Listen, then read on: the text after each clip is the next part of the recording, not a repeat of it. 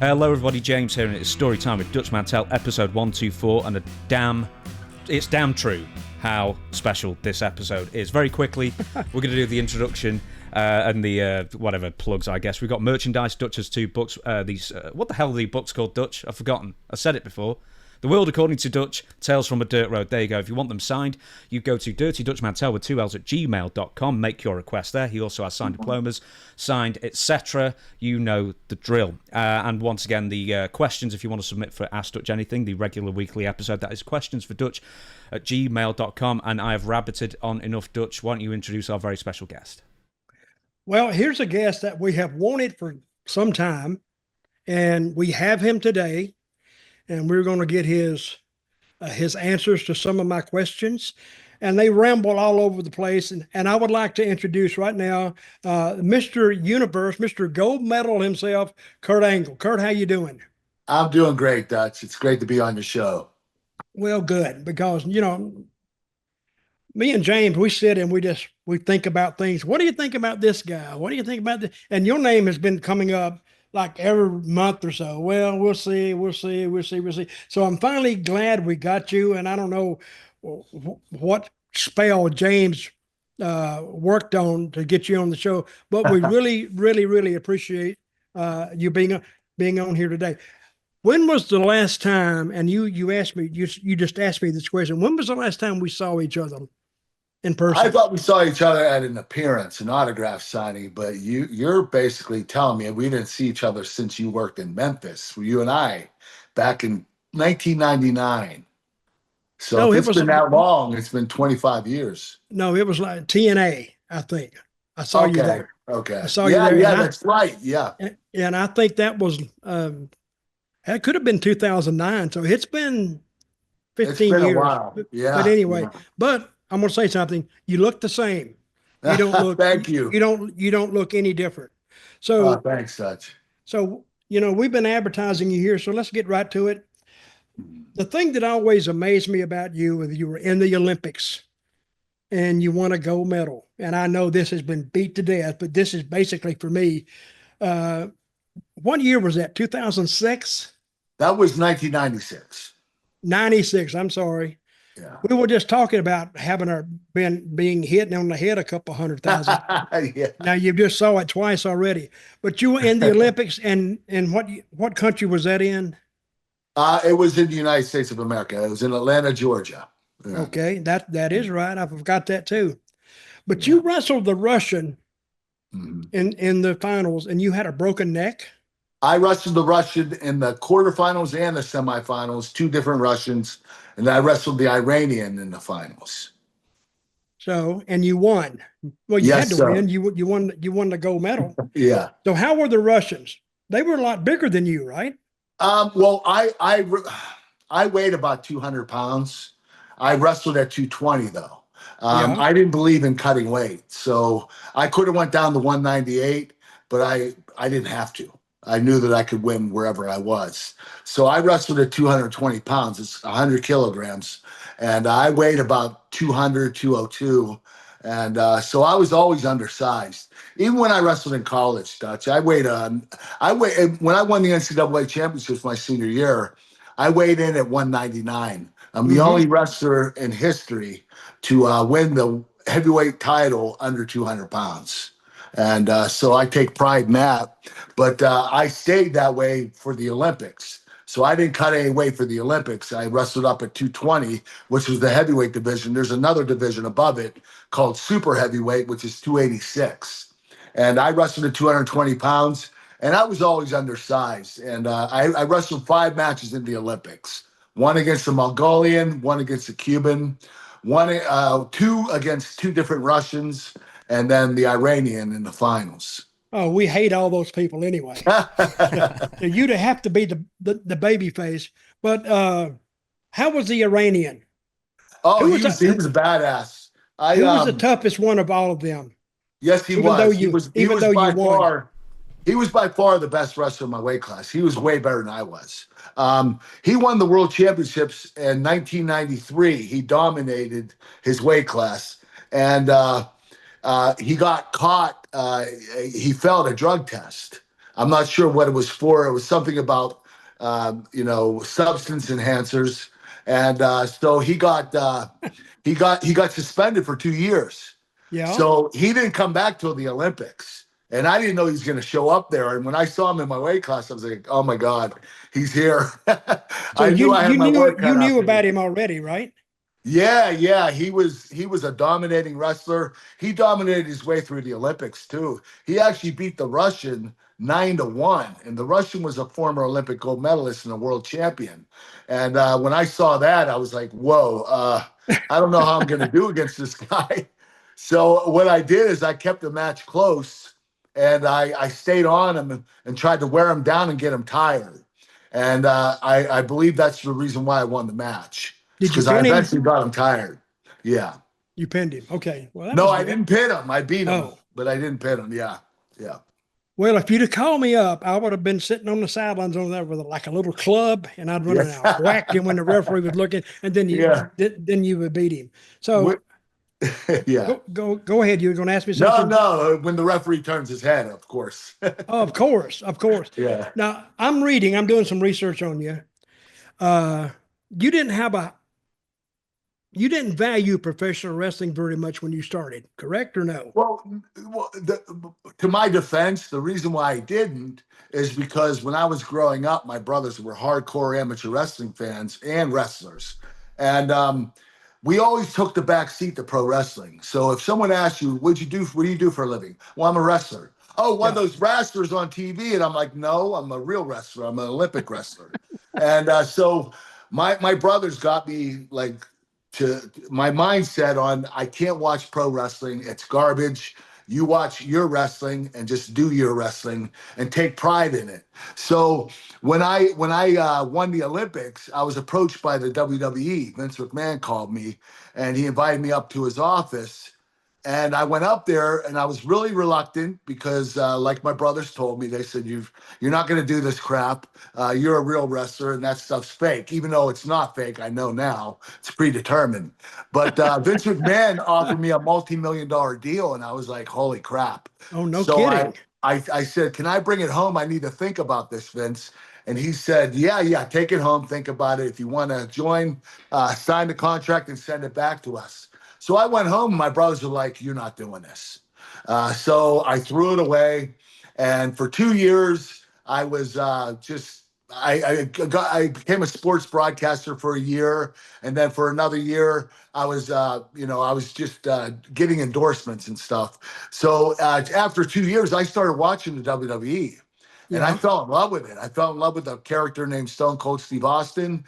And I was like, wow, these guys are athletes and it's entertaining. So I thought, you know what, I could do this. So I called the WWE back. I said, does that contract still stand from 1996? And they said, no, but you can come up and try out. And I figured nothing in my life's ever come easy. I'll go up and work for it. So I went up and tried out. And I picked up on everything pretty quickly. The first day they offered me a contract. And it wasn't a very good contract. It was a $75,000 guarantee contract. And if you know, as a wrestler, when you're traveling around 300 days a year, 75 grand doesn't go very far. It sure does. You were sitting on the side of the road with your thumb out. So, hey, I need to make this town, guys. I mean, they only paid for airfare, and you had to pay for your hotel, food, rental car, tolls. So that didn't go very far, but it didn't take me long to get on TV. So I only trained for about 7 months, and I did most of it in Memphis. And so I wasn't ready. I don't think I was ready. And I remember Vince called me up after 7 months of training. He said, what you're going to do tonight in your debut is you're going to cut a promo and you're going to have a wrestling match. And I said, Vince, I'm horrible at promos. I said, I cut one promo in Memphis and that's it. And it wasn't very good. You know, unfortunately back then we didn't have OVW or NXT. So guys would usually go down to Memphis and try to get some practice down there. Yeah. But they didn't utilize me really very much in Memphis. I was opening card match. I cut one promo in 3 months. That's it. Who was running Memphis then? Randy Hales. Yeah. Okay. So when Vince called me up, he's a great interviewer, Randy Hale. Yeah, I know, really. But So I told Vince I'm not ready for this. And he said, listen, I'm going to throw you in the water. You either sink or swim. I'm giving you an opportunity. Show me that you can do it. So he tells me the promo. He doesn't write it down so I can memorize it. He tells me, and he said, I'm going to tell you one time, I want you to go out there and perform it. So he starts talking, and I'm listening. And after 3 minutes, I was like, holy shit, this is a long promo. Mm-hmm. And he keeps going. And after 5 minutes, he gets done. He said, okay, I want you to go out there and do it. I said, Vince, I'm sorry, but I didn't hear a word you said. Can you repeat it? He said, I'm going to tell you one more time. You go out there, you either sink or swim. So he told me one more time, and I went out there and I got about 80% of it right. He said, you know what? This kid has ability. I can work with this kid. So he starts having me cut promos every week, and they're getting longer and longer. And I start mastering promos. I'm getting better and better. I'm learning on the job. And as far as my wrestling at this point in time, at 7 months into business, I was able to structure maybe a 6-minute match at most. And I didn't really know psychology that well. I wasn't ready for that. So what my opponents would do my whole entire first year is they would structure the matches for me and then call the whole entire match in the ring so I wouldn't forget a spot. And I did that for about a year. Even when I beat The Rock for the World Championship, he structured the match for me and he called the whole entire match in the ring so I wouldn't forget anything. And so after a year, I was such a good follower and a good listener that I started leading matches. And then I started structuring matches, and I was getting better and better. And I'd say within 2 years in the business, I became one of the best in the business. And it didn't take me very long, and it wasn't easy. I had to forget everything I learned about amateur wrestling. Because I'm going to tell you something, Dutch. Amateur wrestling and pro wrestling are worlds apart. The only thing identical about them is the word wrestling. Because when you're an amateur wrestler, you're taught to show no emotion. In pro wrestling, you have to show every emotion. You have to show it to the crowd because that's what the crowd invests in. Whether you're happy, scared, excited, mad, angry. So I had to learn that. And also, in amateur wrestling, you're taught to take your opponent down, go for the kill as quickly as you can, get the match over with as fast as possible. In pro wrestling, you have to slow down, tell a story, good guy versus bad guy. Good guy out wrestles the bad guy. The bad guy gets the heat on the good guy. The good guy makes a comeback. The bad guy either cheats and wins or the good guy overcomes the cheating and wins. So they're worlds apart. So I had to forget everything I ever learned. And I took a defensive approach. And for the first 5 months, all I did is let my opponents throw me around. I learned how to bump and I learned how to sell. And that was it. And after 5 months, I started adding in my offensive repertoire. And then within 7 months of the business, that's when I made my debut. Well, it's almost like one day you're thinking about it and it just pops to you. Yeah, it just comes to you. Oh, I got it now. I understand it now. So, and you understand about you're getting yourself over from the minute you leave that dressing room door.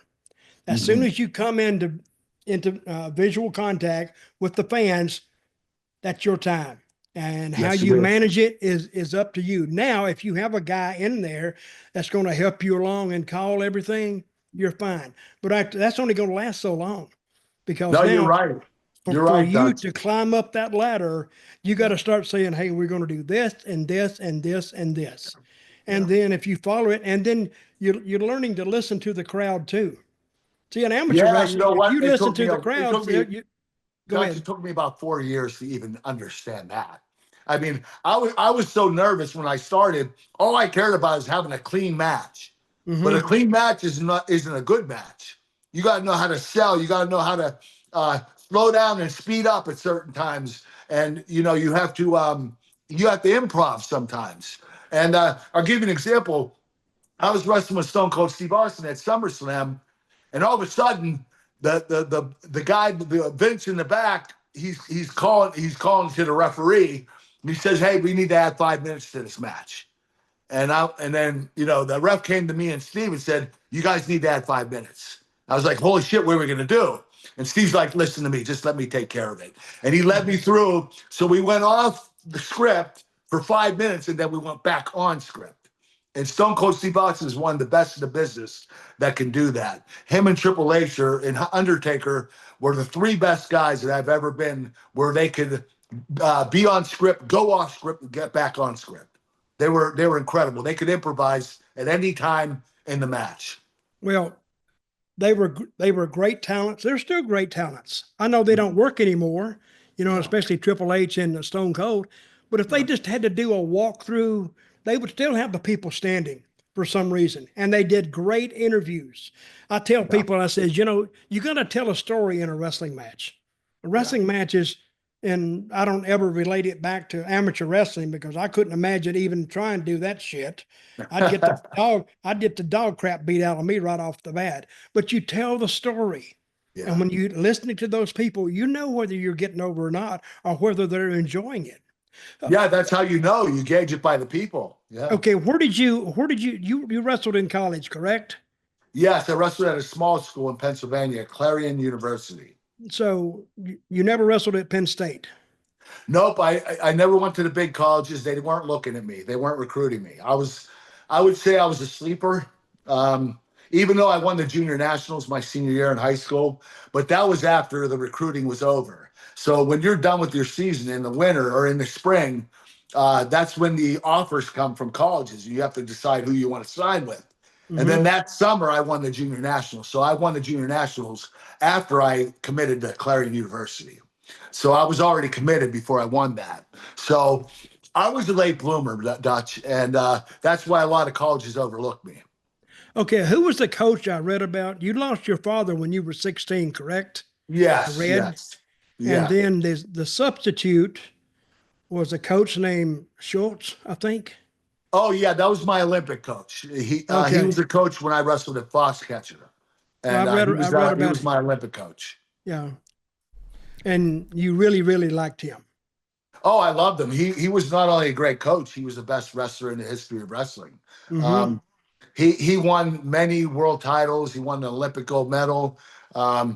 He was the best technician in the world. And the reason why he was so effective is because he learned 7 languages. So he could learn wrestling technique from other countries. Russia, Iran, China, Japan.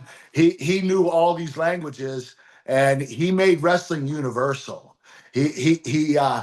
Everybody loved him except for his opponents because he was pretty nasty. I mean, he could hurt you easily. Dave was one of those guys that what weight class was he? He would torque on a body part and try to hurt you. I mean, he was very physical. Yeah. Well, but Dave was the best coach I ever had. My high school coach was Coach Lampernakis. My college coach was Coach Bub. They were both great coaches. They were father figures to me. But Dave Schultz was the best coach I ever had. Can I just jump in here slightly? I've watched Foxcatcher, the film. I've seen the documentary on 30 for 30 as well. How come you weren't portrayed in the film? Was there any plans for you to be portrayed? I don't know why. I'm thinking they didn't want to take the shine off of Dave and John DuPont, the real story. I mean, to put Kurt Angle in there, after the career I've had and, everything. For some reason, I can't figure out why, but they decided not to have me in it. So, it's okay with me. I spent a lot of time out there. I spent 6 months a year out there since 1989. Every year, I spent a lot of time wrestling out there and training all the way up until 96. And then I quit Team Foxcatcher when Dave Schultz got killed. And I became the first member of the Dave Schultz Wrestling Club. Where was that exactly? Where was that? Yeah, where was the club? It was in Nancy Schultz's house. It was just a club where she brought in a bunch of sponsors, and they would pay for our airfare, hotel, and pay me a stipend every month of $1,000. So she decided to get a bunch of companies, and she knew that a lot of people at Foxcatcher weren't going to be able to have any funding. So she decided to start the Dave Schultz Wrestling Club in memory of her husband. And she was able to raise money so that we could live on it and also go to our events and pay for our expenses. I know we're bouncing back and forth here, and I know I've just stolen Dutch's thunder here. I'm sorry, I can't help it, Kurt. I do apologise.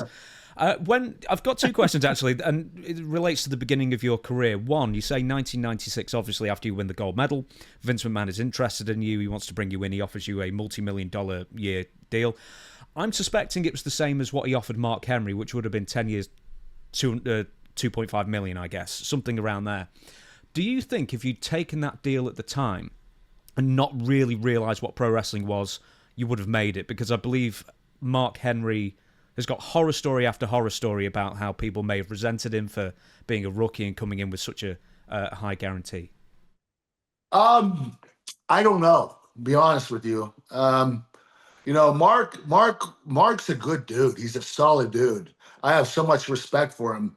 But, when he came in, I know he didn't talk a lot, and Mark can be a little bit quiet at times when he doesn't know people. When he knows people, he's loud and energetic and very excited to hear. But I think he kind of kept to himself, and that makes you mysterious, and that makes the boys think, okay, this guy has an attitude, and that's why I think they kind of screwed with Mark a little bit at the beginning. It wasn't because of the money he got, because come on, let's face it, the guy's the strongest man in the world. I mean, he deserves a contract like that.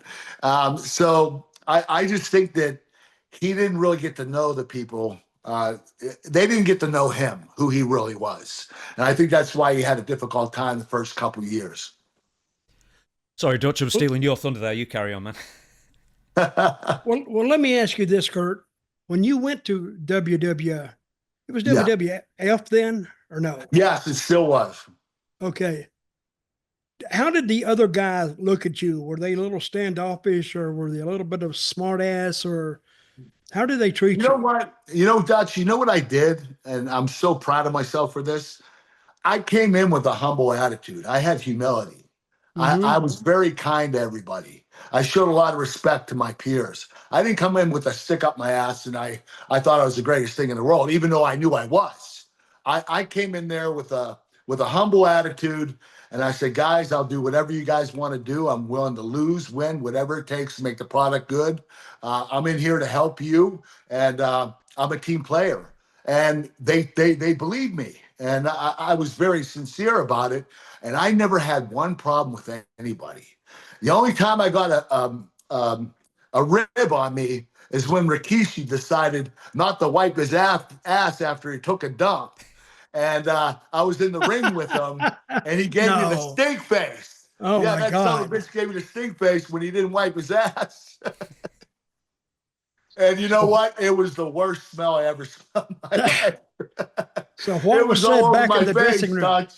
Well, when you got back in the dressing room, did you say, what the hell, man? No, I laughed. I was better off just, if I would have gotten pissed, it would have happened again and again and again. So I just said, you know what? Funny, very funny. You got me on that one. So when you went to WWF, I mean, where did you go first? You went to Louisville or no? No, we didn't have a OVW or Louisville back then. Actually, we had the Dory Funk and Dojo at the WWE headquarters. We had it 1 week a month. That's it. So that's all the training I had for the first few months is we had 3 different Dory Funk and dojos. So I had 3 weeks of experience the first 3 months. And then we stopped doing that. And then I asked the WWE, I said, can you send me somewhere? And because I was sitting at home.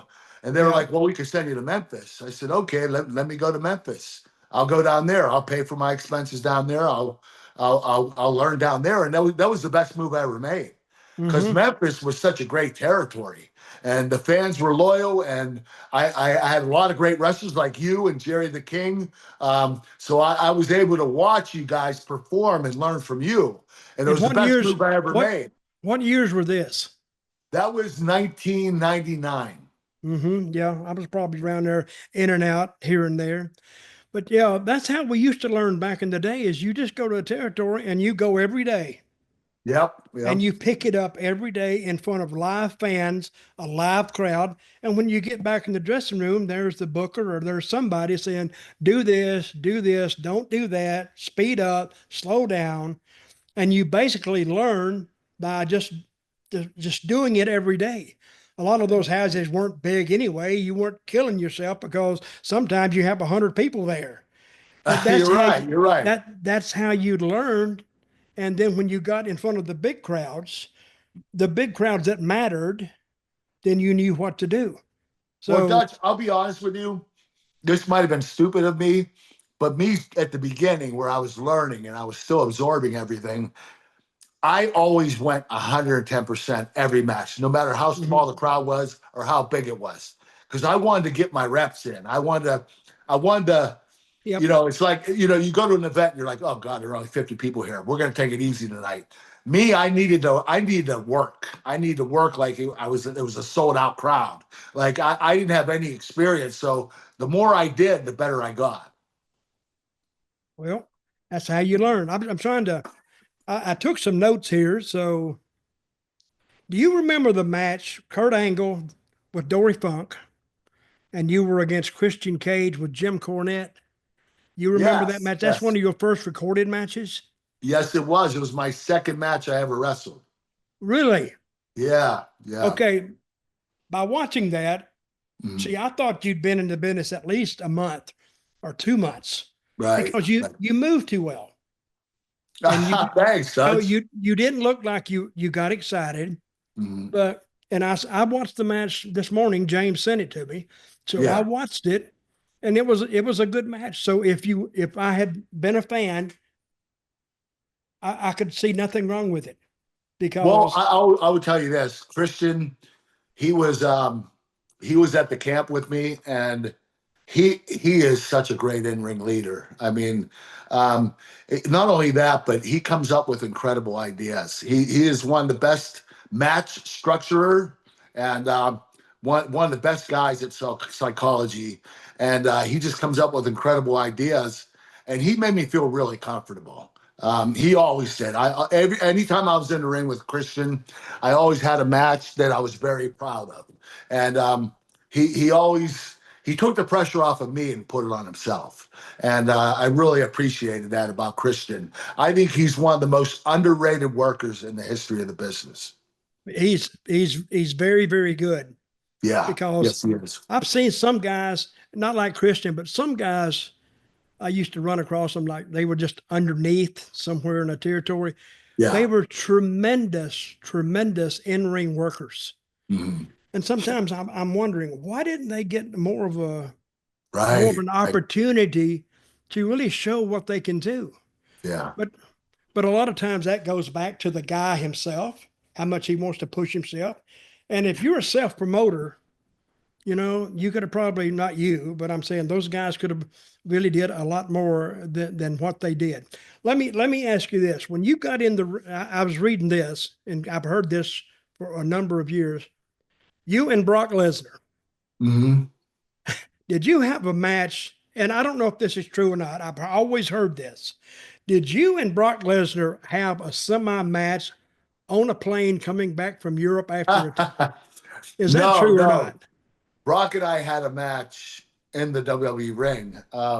What happened was when he came up to make his debut, the Brooklyn Brawler came up to him and said, "Hey, Brock, uh, I know you're a national champion. How do you think you do against Kurt Angle?" Mm-hmm. And Brock said, "I kick his ass." So Brawler came to me and told me that. And I went to Brock and I said, "Brock, I heard you think you could kick my ass?" He said, "Well, I could." He said, "You're 100 pounds lighter than me." I said, "Well, let's go in the ring. Let's find out." He said, "I'm wearing sandals." I'm like, "Well, let's take our shoes off. We'll go barefoot." He said, "No, no, that's all right." So I let it go that week. And then the following week, he was in the ring with Big Show. And Big Show weighed about 530 at this time. And they're wrestling for real. They're like shoot wrestling. And Brock is throwing him around like a rag doll. And I'm going, holy crap, I might not be able to beat this guy. So I was really nervous, but me being competitive, Brock was in the ring with his back to me. I was outside the ring, and Big Show was facing me on the other side of Brock. I said, "Big Show, get out of the ring." And he nodded his head. He got out, and I walked up behind Brock, and I tapped on his shoulder. I said, "It's time to go, Brock." So he had to go. So we went there. We went for about 15 minutes. It was it was a close match. I took him down a couple of times. He he didn't take me down at all. So I won the match, but I didn't dominate him like a lot of people say. He's a badass. Dutch, for real, No he's the kidding. best athlete I've ever been in the ring with, especially for his size. He's 310 pounds and he moves like he's 150. The kid's just incredible. And you know what? He is such a great athlete. No matter what he does, he's always the best at it. Like for example, he went to UFC and won the world championship. He went to WWE, won the world championship. He went to the NFL and he was the last cut. And they wanted him to come back the next year and go to NFL Europe for a year and get experience, and then they were going to sign him. He didn't want to do that because he doesn't like traveling. So the whole thing is Brock is good at whatever he decides to do. I don't know anybody that's more versatile than him.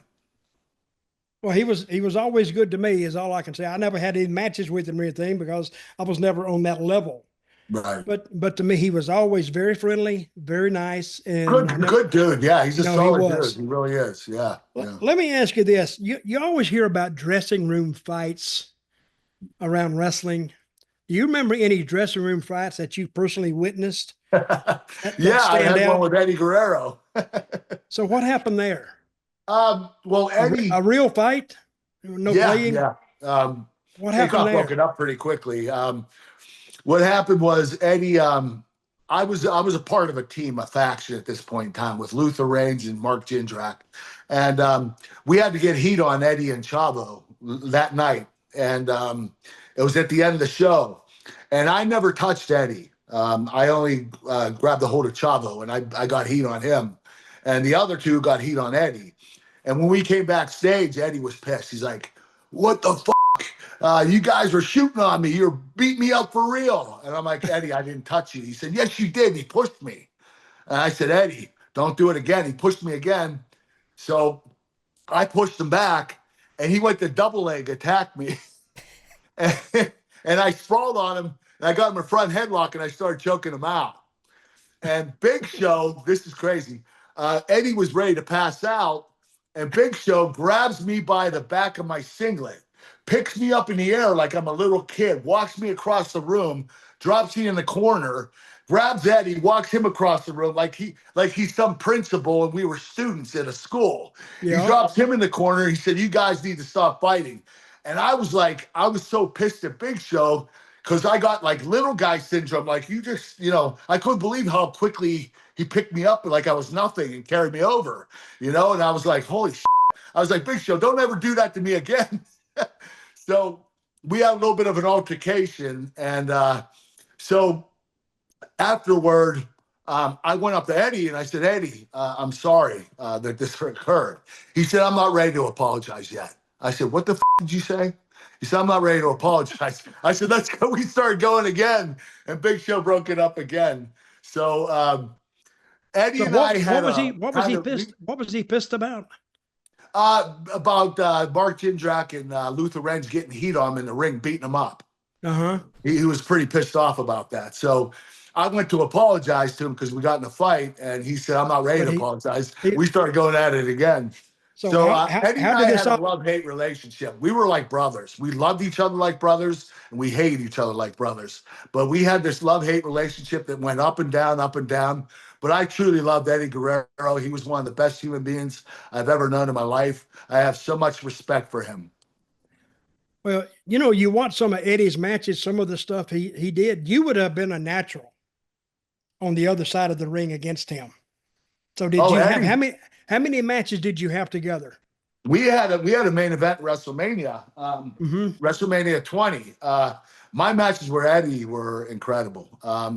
We always had amazing chemistry, and I would say I wouldn't even say WrestleMania was our best match. I think SummerSlam was. And Eddie and I always had incredible matches. I was, one thing about him, he was so damn good, and he wasn't even what he used to be. Before he got in a car wreck, when he broke his femur, his leg, it slowed him down a little bit. But he was still better than everybody else in the locker room. That's how good Eddie Guerrero was. He was a level above everybody, even with him hobbled with his leg, his injury. He still was the best. And I put him up there with Shawn Michaels. Him and Shawn Michaels are the best two in-ring performers I've ever been in the ring with. Even including me? Oh, you never been including you, Dutch. Well, including Jerry the King Lawler, including everybody in Memphis that ever had a match down there. When they offered you that $1.5 million contract and your brother says, "No, you're not taking it," Two and a half. Oh, 2.5 million. Yeah. Did you ever think about, I need to kill my brother? Yeah. I need to strangle him. I'm not sure why I turned it down. I was Yeah. pissed because, the thing is, what made my brothers change their minds is that Vince McMahon came out of the closet and said, "Hey, we're no longer sport. We're sports entertainment." And my brothers were like, "Oh, okay. Hey." They just admitted that it's fake. You're okay. You can do it now. So that was part of the reason why I called WWE back up, because that's when Vince McMahon came out of the closet and said, "Hey, we're not sport. We're sport entertainment." Well, how did you get along with Vince? I got along with him extremely well. Mhm. He became really distant with me when I got addicted to my painkillers, and that was my fault. The thing is, Dutch, I was introduced to painkillers for the very first time when I broke my neck for the second time. I broke my neck before the Olympics in '96. Then I broke my neck again in 2003 against Brock Lesnar, and I was introduced to painkillers. And man, I love the way they made me feel. I knew right away. It was like, whoa, this is. Now, a lot of people get nauseous taking them. I didn't. It made me feel energetic, and I felt really good. So I knew I was in trouble. And the thing is, after you take one for so long, it doesn't work anymore. Your Yeah. body builds a tolerance, and one doesn't work, so you have to take two. Then two leads to four, four lead to eight. Before I knew it, I was taking 65 extra strength Viking in a day. You told me that horse. You told me that one time, and you know what I thought? I says, well, I'm thinking 65 a day. I'm thinking, is this a little bit stretching it a little bit? But you telling me so must have taken, but that is possible. Yeah, but this is how I did it. I had 12 different doctors write me 12 different scripts. Yeah. To 12 different pharmacies. You can't do it today because if one pharmacy knows you're getting painkillers, every other pharmacy is contacted. Yeah. So they know that you already got your painkillers. Back then, pharmacies didn't talk to each other, different pharmacies. So they weren't in communication with each other. So I was able to get 12 different scripts, and I went to 12 different pharmacies. I had to write it down in the journal. This is my baby. I love this more than anything in the world, was my addiction. So, and I also bought 500 illegally from Mexico. So I was taking about 2,200 pills a month. And that was costing me about... Wait a minute. How much? About $7,000 a month. 2,200 a month? Yep, 2,200 a month. You hear that, James? Yeah. That's 2,200. I mean, Dutch, my God. you always said that when you worked in Puerto Rico, if one wanted to, you could get whatever you wanted there without any prescription. Without a prescription. You would have loved Puerto Rico, Kurt. You could just go down there and say, give me 100 Vicodins. Okay. Without a prescription. And go to another one. Dutch, I would have killed myself. That's what I'm saying. You could go down there, and some people would say, I couldn't get addicted like that. Oh, yes, you can. You can if they make you feel the way you want to feel most of the time. Yeah. It was my enemy. It was the worst enemy I ever had. What happened was I was making such horrible choices. I started drinking alcohol too, and I ended up getting 4 DUIs in 5 years. My life spiraled out of control. I lost my reputation. Everything I worked for, I was just making careless decisions, reckless decisions. And what years were this? This was between 2003 and 2012. So it was a good 9 years. And after my 4th DUI, I called my wife from jail, and she said, I can't do this anymore. You either go to rehab or I'm taking the kids and I'm leaving. So I didn't want to lose my wife and my kids. So I went to rehab. Best decision I ever made. I've been clean and sober for 14 years now. Well, very good. Glad to hear that. Can I ask this? Obviously, it's a very famous story. You leave WWE in 2006. You were with the ECW brand. Then you pretty much turn up to TNA straight away. Vince gives you almost like a carte blanche. You're done. You quit. No 90 days, notice kind of thing. And then you go to TNA. Was Dixie Carter aware of why you'd left WWE, or was she in the dark when she signed you, or did she just want to get Kurt Angle regardless? She was aware, and you know, I ended up getting my painkiller problem under control at TNA Wrestling, but I started drinking alcohol excessively, and but Dixie knew about it, but she knew that I got it under control. I didn't start drinking alcohol when I signed with the company. I still didn't have an alcohol problem, but after I signed, I started traveling with TNA, and everybody drank alcohol every night. It was like, whoa. Because So they I was couldn't like, I'll afford give it a drugs. try. Yeah. So I thought I'd give it a try. And I got addicted to that too. All I did was I switched from one drug to the next. And I continued on with my habit. And, you know, it brought me in a dark hole. And, you know, I ended up going to rehab. And, you know, even in rehab, I was scared to death that when I got out, I was going to screw up. I mean, I was so nervous. I didn't want to leave rehab. I was like, I'm comfortable in here. I'm safe. I'm not taking any drugs. I'm not drinking alcohol. I'm good to go. I just want to stay in here forever. That's how I felt. Because I felt like when I was going to get out, I was going to mess up again. And I did, thank God.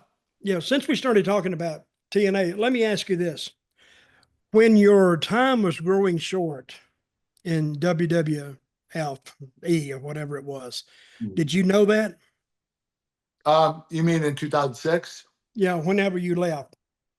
Didn't they just give you your notice, and like James said, they dropped the 90-day No compete rule? Yeah, no compete. They just let you You go. know what? No, what happened was when I went and met with Vince about leaving the WWE, I got injured at a house show really badly. I tore my hamstring, my groin, and my abdominal muscle. Mm-hmm. And my leg was black and blue all the way down to my foot. My whole leg, front and back, was black and blue. My toes, my foot, my shin, my leg, my groin, my private parts were black. I got really messed up. And I went to TV the next day, WWE, and I walked into the production room where the writers were and Vince was. And I pulled my pants down and showed them what happened to my groin and my leg. And my ass is exposed to everybody behind me that's at the meeting. And then I have the writers of Vince McMahon in front of me looking at my balls. And he looked at it. I said, This is a different Vince, story. we got to talk. We got to have a meeting. He said, all right, take the day off. You're not going to wrestle tonight, even though you're in a triple threat ladder match. I was like, well, I'm not going to wrestle in that, obviously. So he said, I'll fly you up to the headquarters tomorrow. So I think Vince knew, he saw this coming because my painkiller problem, and you know, he wanted me to fix myself. He didn't want me to go to rehab, which was kind of difficult. It's almost impossible for me to go get clean if I don't go to rehab. But he wanted me to get better. He was like, just go home. At one point in time, he said, go home for a week. Get through that withdrawal period, and you'll be okay, and then come back. And so that was a different time. But what I was talking about earlier was what was I talking about? Well, I'm the wrong one to I'm the wrong one to ask. But I'm saying he gave you the 90 days when you left. Oh, no. Okay, Vince. So I went up to have a meeting with him, and I said I met with him the next day, and he drops 3 pages of typed text messages that I text him while I was high. Yeah. Okay? So it says, Vince, why aren't you answering the phone? I'm going to beat the shit out of you when I see you. Vince, I'm going to kick your ass. Vince, I'm going to beat the F out of you if you don't answer my phone, if you don't answer my number. I went off. I don't even remember doing it. You don't remember doing it. Yeah. So Vince gets up. He's like, you want to fight me? Come on. He takes his jacket off. He's right next to me. He's like, let's go. And next to me is Shane McMahon. He's halfway out of seat just in case I try to jump Vince. And I was like, oh, shit. So I didn't know what to do. So I got up and walked out. Mm-hmm. And I started crying. I was like, so you don't remember texting him any of these text messages? No, I don't. And So I, uh, I started crying. I walked in. I said, Vince, I'm sorry, but listen, if you don't let me go, I'm going to kill myself. And I didn't mean I was going to commit suicide. I meant that I was going to OD, you know? So I said, I can't do this anymore. Could you please let me go? And he put his hands up. He said, you're released. He said, go home, take 6 months off, come back. I'll give you the same contract. But I already had plans that were not going to include the WWE. At that point in time, I knew I was going to TNA. I already spoke to Dixie, and we came up with the deal that I wanted, and that was it. So, did you call TNA or did TNA call you? um, I Or called do you TNA do you because they remember? didn't know I was released yet, so Yeah. I called TNA. Yeah. My manager called Dixie or Jeff's Jarrett. Yeah. And Jeff, obviously had to go to Dixie to get the money. And Dixie's the one that, got me the deal. So she gave me everything I ever wanted. I mean, Dutch, she was really generous. And I owe her my life. Yeah. She was incredible to work for. Best boss I ever had. And she put up with my shit. I mean, 4 DUIs in 5 years. She was there through all of it. And Yeah, you know what? She should have she likes fired you my ass. a lot. Yeah. She should have fired my ass, and she didn't. She even at one point in time when I got my 4th DUI, she said, "Hey, take a year off. I'll keep paying you. Take a year off and get yourself straight." I was like, "Holy shit! Like, this is crazy. This woman is like being so generous, and she's out for my best interest." So it was really hard for me to leave TNA because I wanted to go back and finish my career in WWE. Dixie knew this, and I knew this. I wanted to go back and finish my career in WWE because that's where I started. And so in 2017, I left, and WWE ended up signing me. But as you will learn in the business, when you leave a company high and dry, like I did, where the company needed me as a wrestler at that point in time because me and John Cena were the top 2 guys in the company in WWE. Yeah. And when you leave them like that, they don't forget. No. So when I came back, I paid the price, man. I was losing left and right and doing jobs and at one point, actually, they wouldn't even have me wrestle. They wouldn't let me wrestle. I think they thought of me as a liability because they made me they inducted me in the Hall of Fame first, which I expected to do that last. And then they made me general manager of SmackDown for 9 months. Yeah. And then they started having me wrestle. So they did everything the opposite way. They should have had me wrestle, general manager, Hall of Fame. They did the opposite. And I'm not sure why, but whenever I wrestled, I lost 95% of the matches. They didn't have any plans to put a title on me, nothing. And I was wrestling extremely well when I went there. But when I got there and I became GM for 9 months, I was inactive for the whole 9 months, never got in the ring. And when I got in the ring eventually, I wasn't the same person. I felt like I looked like an old man wrestling in the ring. That's how bad it was. And that's why I retired early. Because I didn't want the fans to remember me as this old, broken down old man. I wanted them to remember me as the Kurt Angle in his prime. And I didn't want to continue to have matches like that. So that's why I left. I'm sorry, Dutch. With that being said, your last match was with Baron Corbin. Were there any grand plans to have a big retirement blow off, or did you just sort of just think there and then, no, I'm done? Well, all right, I went to Vince and I said, listen, I'm not going to wrestle after WrestleMania. Could I have a match with John Cena? He said, nope. You have a program with Baron Corbin. You need to finish it. I said, okay. And he said, I could give you John Cena the following year. I said, Vince, I'm not going to wrestle another year. He said, okay, then you have Baron Corbin, and that's it. So I did want to go out with John because I was his first match to begin his career, and I wanted him to be the match to end my career. But unfortunately, that wasn't in the plans. And I understand why they gave me Baron. I mean, Baron's a great athlete, great talent.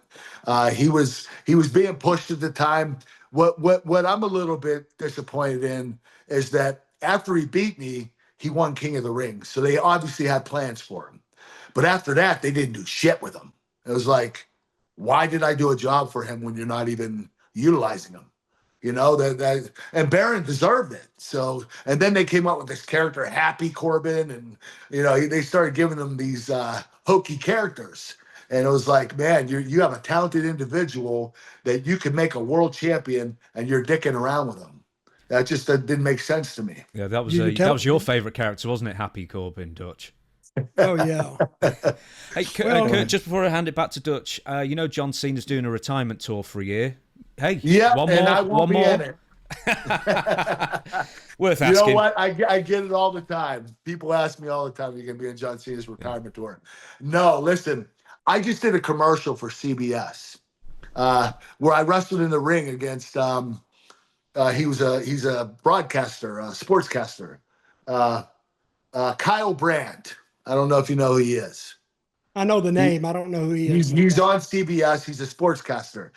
He does a lot of like promotional videos where he's an incredible athlete. He does like he did something where he did MMA against one of the top MMA guys.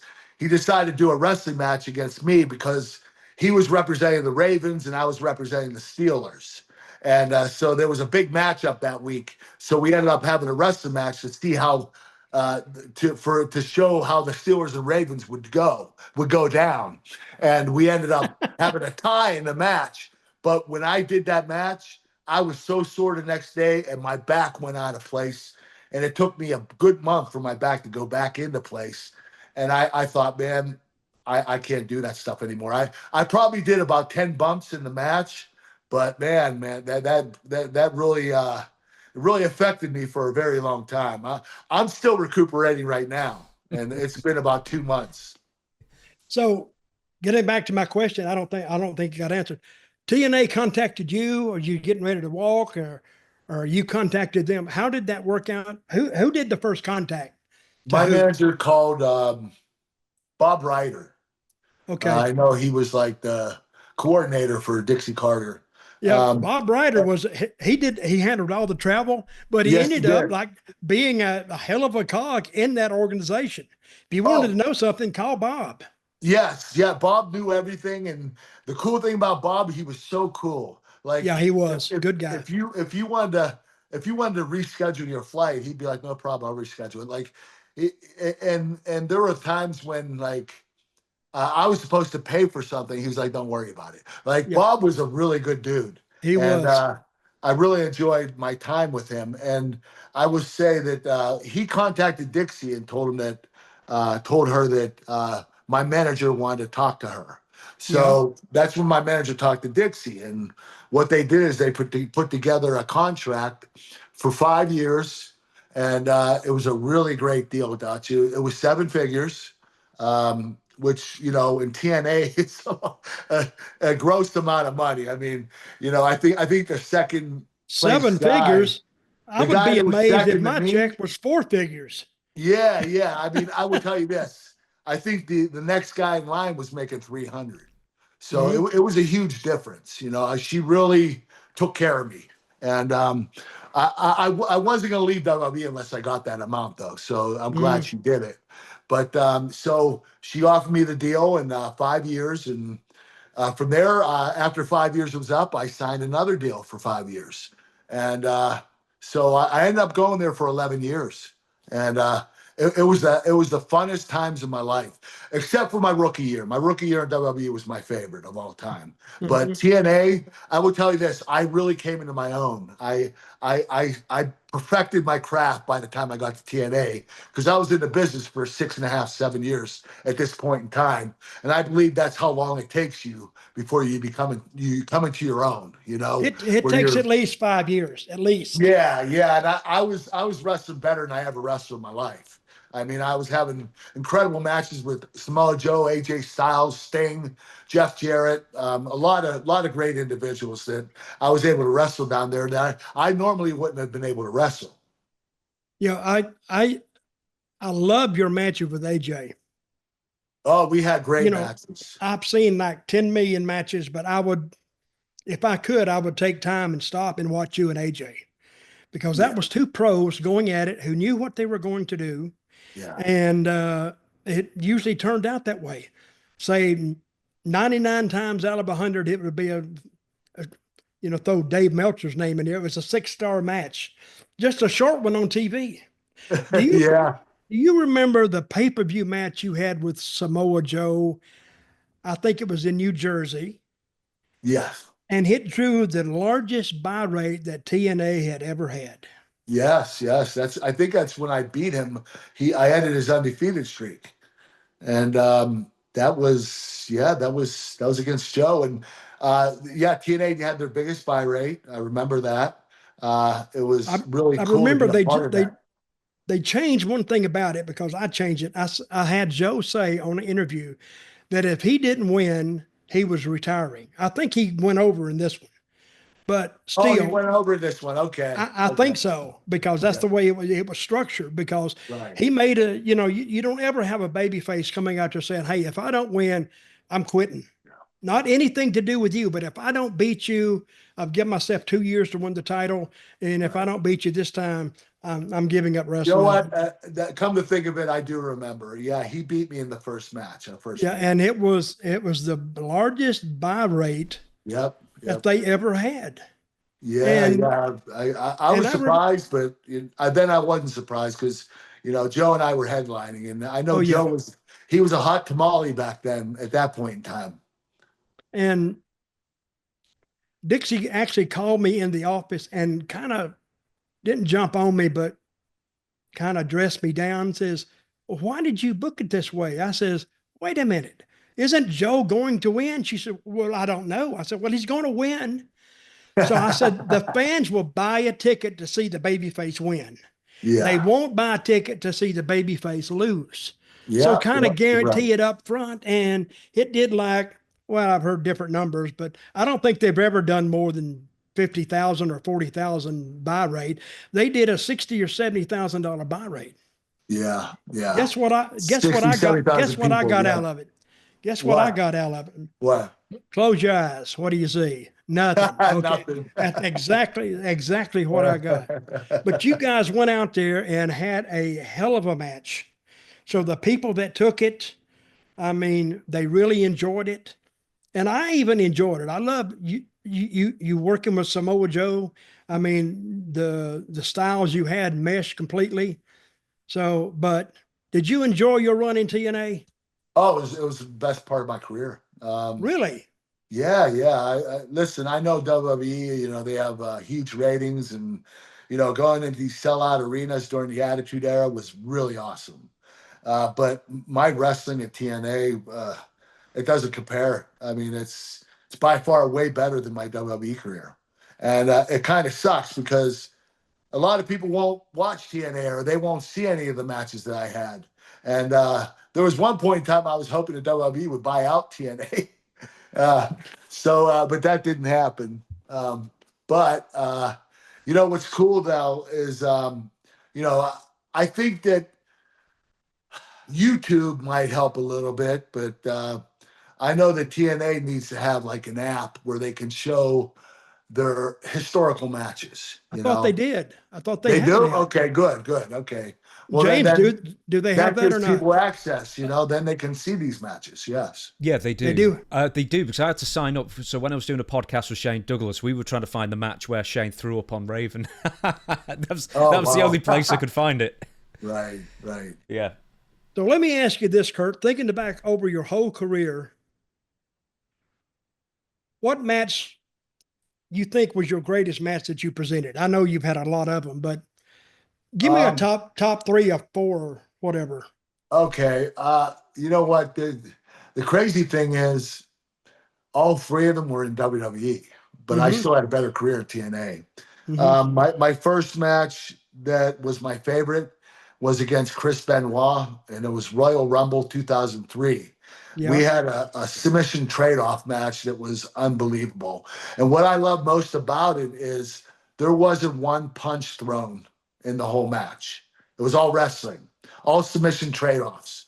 No punches, couple of kicks here and there, but everything was just old school wrestling. And I remember after I finished the match, I was like, wow, man, that felt really good. And when I look back and watched it, it was better than I expected. And Chris was always my favorite wrestler to wrestle in the ring with. He was by far the best in-ring technician I've ever been in the ring with. He kind of reminded me of me, his intensity level, and he never got tired, just like me. He was a machine. But my second favorite match would be Shawn Michaels WrestleMania 21. Mm-hmm. And my third favorite, surprisingly, is against The Undertaker. And there was No Way Out 2006. We had an incredible match. Thing is, we wanted it to be at WrestleMania, but Vince McMahon wouldn't let it happen because I was world champion and he didn't want Taker to be world champion at WrestleMania. So, and he didn't want me to beat Undertaker at WrestleMania. If we would have had the match at WrestleMania, I was champion. He didn't want to end Taker's undefeated streak at WrestleMania that year. He wanted to keep it intact. So he said, listen, you guys could wrestle at the pay-per-view before WrestleMania. So we did No Way Out. It's a month before WrestleMania. And the crazy thing is, that's the lowest rating pay-per-view of the year. So Really? Yeah. So, when you compare all the pay-per-views, this gets the lowest amount of views. And that was one of my favorite matches of all time. Well, but, let me ask you a question. Personally speaking, yeah, the Undertaker streak, I was there then, and I was thinking, I don't think it'll be broken. And I don't think, looking back on it now, I don't think it should have been broken. No, I agree. I don't agree. Just let it go, because that's something that you can't, it takes 20 years to get it there. Yeah. So don't throw it away. And yeah, you know what? I think they were so worried about making the other athlete when they didn't really need to. You don't need to make Brock Lesnar. Mm-hmm. And just that prestige of being undefeated at WrestleMania, to carry that with your legacy, Undertaker deserved that. And he did. I was dumbfounded when I saw him lose. I was like, why? I was I like was that guy too. in the crowd after Undertaker lost, the guy with his eyes that's wide open. That was me too. I was like, holy shit. I couldn't believe it. And I'm thinking, what are they thinking? Why would they do that? I mean, he did. The other guy didn't need it. No. It was Undertaker, Brock. when you invested all that time and all those years, and he's never been beaten at WrestleMania, didn't do it. And I'm thinking, I don't think he needs that. No, he should have retired undefeated. I agree. I've got a theory about that. I remember watching at the time, and I think Brock had a few high-profile losses at the time, and I almost think maybe they panicked and thought, well, another loss then to The Undertaker might look, it might kill off Brock for good. So I think there was almost like a panic reaction. I think you're right. Because if Brock lost a few times, he's another guy you don't want to have lose too much. You got to protect him. And I think that might be been a part of the reason why they decided to have Taker do the job, is to get Brock back in the mix where he's winning again. But I think it was the wrong person. I think Undertaker should have stayed undefeated. I do too. So we can go on record by saying that publicly. I really do believe that. Let me ask you this. Do you think, are you completely through with a regular spot with a wrestling organization? You think you'll go back ever at any point with WWE, not to wrestle, but to do something else?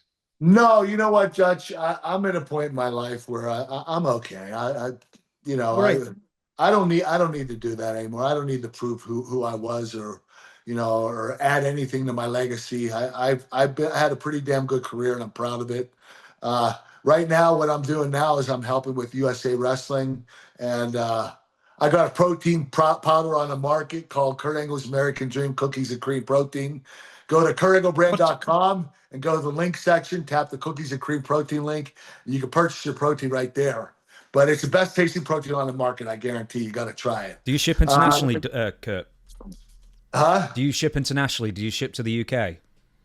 Yes. We're starting the shipments. Yeah, we're actually going to be in GNCs worldwide too. And I also wanted to tell you guys about USA Wrestling, because this is really important. I have become an ambassador for USA Wrestling. We're trying to raise money for the athletes. I'll tell you something you probably don't know. Many countries like China and Russia, and many other countries, their governments pay their Olympic athletes to train and compete full time. So the athletes don't need to get jobs. They don't have to make a living. All they have to do is train and compete, and they're taken care of. We don't have that luxury here in the United States. So our athletes, for the most part, have to get jobs. And they have to train around their work schedule, which doesn't fare very well for an Olympic athlete. Because if you're working 8 to 10 hours a day, you're only going to get 2, 3, 4 hours training tops. So I'm here to raise money for USA Wrestling to make sure these athletes, all they have to do is focus on training and competition. Go to kurtangle.org, tap that link and donate whatever money you can. I'll tell you this, the 2024 Olympics just ended, and these guys are already training for the 2028 Olympics. And the new athletes coming in at the 28 Olympics will be the first Olympics. They already started training too. So I'm here early on to make sure these athletes don't have to get jobs this year, next year, or even the year after. For the next 4 years, I want them to train and compete full time. That's all I want them to focus on. So go to kurtangle.org. That's kurtangle.org. Tap that link and donate whatever money you can. I promise it will come to good use for our Olympic athletes. Because I will tell you this, we have been dominating in the Olympics for the past 40 years in the overall medal counts. We've been placing in the top 3. If you want our athletes to continue to dominate like that, we have to do our part by donating to these incredible athletes, especially USA Wrestling. They don't get any kind of funds. This is the only way they're going to be able to get them. And this will make their dreams come true and make America the best country in the world. So we go to kurtangle.org. Yes. And it'll tell you all about it, so you can donate there. Yes, sir. So fans, take that down, because that's a great thing to contribute to, great thing to donate to. And we'll even get James to give some money for it. And he's the tightest, he's a tightwad of all tightwads. Oh, yeah. It will come to good news, James. Hey, Kurt, at least you've got a team. Great Britain and Northern Ireland don't even have like 12 years ago, we were importing like rejects from like Russia and stuff, and we gave them a passport fast just to get someone in there. We don't have any. It's funny you mentioned Atlanta. I don't know why, honestly, because you guys have some incredible athletes. I just don't know why wrestling has never caught on there. Considering the pro wrestling, it's the most popular thing in the world over there. But amateur wrestling, nobody knows it, ever heard of it. I think it's because it's not in the school districts. I think there's only clubs that have wrestling over there. Yeah, only a few as well. And and Dutch will know this as well, is that, you know, he wrestled with guys who wrestled in the Snake Pit in Wigan. You know, this country's got like a proud reputation for shoot wrestling and various different forms. And for some reason, we've just entirely forgotten it. I mean, everyone's doing MMA or Brazilian Jiu-Jitsu or something else here. But amateur wrestling has just almost completely vanished. Well, you know what? Amateur wrestling is the best base for MMA. That Jiu-Jitsu, they're the two best. But I would say even amateur wrestling's a cut above everybody else, because you're controlling your opponent. When you take them down, all fights end up on the ground. So when you take your opponent down, you're on top. You're dominating your opponent. I remember some years ago. I'm sorry, Kurt. I don't know how much time time you've got left. I do remember a couple of things back in the day when you were with TNA. One, you were considering a career in UFC, and two, I believe you were training for the London 2012 Olympics at some point. How far did that was a stretch? Yeah, that was during my my painkiller and alcohol I guess fallacy. That was a dream that was not going to be possible. At least the 2012 Olympics. UFC, on the other hand, I will tell you this. Dana White has always been good to me. The guy's been incredible. I went to him after 2006, and I just signed with TNA. And I was interested in doing one fight with Dana. So he invited me to Vegas, and when I went up to his hotel room, it was a penthouse suite, beautiful. And he told me that he wanted me to fight one fight, and he said, and then I want you for the next 7 years, I want you to sit in the crowd and wave to the crowd every pay-per-view. That's all you have to do. And I said, oh, well, how much are you going to give me? He said, $8 million. I said, okay. I said, but I just want to tell you that I just signed a deal with TNA. So I have to do my wrestling career, and then I can obviously do my MMA career. I'm only doing one fight. I could take off time from TNA wrestling, train for the fight, and do it, and then I'll be at every pay-per-view after that. And Dana said, no, you can't. You can only do one or the other. And I just signed with TNA. There was no way I was going to go back to them and say, listen, I'm changing my mind. I'm going with UFC. They would have thought I was nuts. So I let it go. You know, Dana was really cool. You know, we let it slide. And then when I wanted to leave TNA, there was an issue with Jeff Jarrett and Karen Jarrett. And this is when everything went down between the three of us. And I wanted out of the company. So I told Dixie I want to leave. So I called UFC and I asked Dana if I could, I'd like to quit wrestling and start fighting for you. And he said, well, I need you to take a physical. So I went and took the physical and I failed it.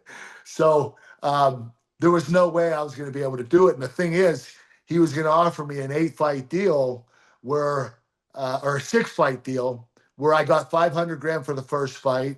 And if I won, I got another $500,000 and then $600,000 for the second fight. And if I won, another $600,000. So he would give me a guarantee and I would match it if I won. So there were 6 fights that led all the way up to $1 million. So I would have made about, I don't know, probably $7-8 million for 6 fights. So don't get me wrong. I know now the money is a lot bigger now. Like some of these guys are getting 18 million per pay-per-view for a fight. So it's a lot different now. But back then that was pretty much the best guarantee you could get. But I failed the physical, unfortunately, and there was just no way possible. And you know what? I'm glad I failed it because there's no way in hell I would have been able to do it. Not with my arm strength. I lost so much strength in my arms because of my neck. I broke my neck 5 times, and there was no way possible that I could get in the ring with those animals and be able to compete. Not in the state that I was in. There was no way. I mean, you must have seen CM Punk though and thought, damn, I could have done better than that. I would have done a little better than CM Punk, definitely. Yeah. Well, that makes you think back on your deal with Dana about just sitting in a crowd and waving for $8 million. I know. Say, hey, what happened to that? I can wave. That's what. Hey, I'm not going to say I wasn't a stupid ass for not taking it. I was dumb as shit because I should have taken that deal without a doubt. Yes. Well, you don't sit around and say, well, I made a mistake here. I made a mistake there. I mean, you've done very, very well. Yeah. And you know what? I'll tell you this. I probably would have regretted it because just sitting there doing nothing and collecting money, don't get me wrong, it's kind of sweet, but it doesn't make me feel like I accomplished anything. Yeah. You know, so I'm rich. Yeah, I'm rich, but what am I doing? I'm just sitting here and waving to the crowd. You know, it wasn't like I was making a difference in the world, you know? I was just existing, and I just didn't feel it. I was like, that doesn't sit well with me. So, Kurt, I want to thank you for coming on. We've been talking about you for like, I don't know, 2 years anyway. So I thank you for coming on. I've enjoyed the time that I spent with you in TNA, and you've always very good to me, very nice to me, very cordial. You've been good to me too, Dutch. You've been good to me too. And I appreciate that. And but when you get more time, can you come on another time for us? Of course, Dutch. I'm there, man. I'm there. We'll set it up in the next few months. Okay. And what's the name of your kurtangle.org? Is that where they go? kurtangle.org for raising money for USA Wrestling, and kurtanglebrand.com to buy the protein. Okay, we got it. Anything else, James? No, I'll do the outro. Kurt, you'll appreciate the irony of me about what I'm about to say, but let's. Okay. It's every single week I do it anyway, because Dutch is here and Zeb Coulter. Hands across your hearts, everyone who can hear me in the sound of my voice, and say, "We the people." We'll see you on Tuesday. We the people. We the people.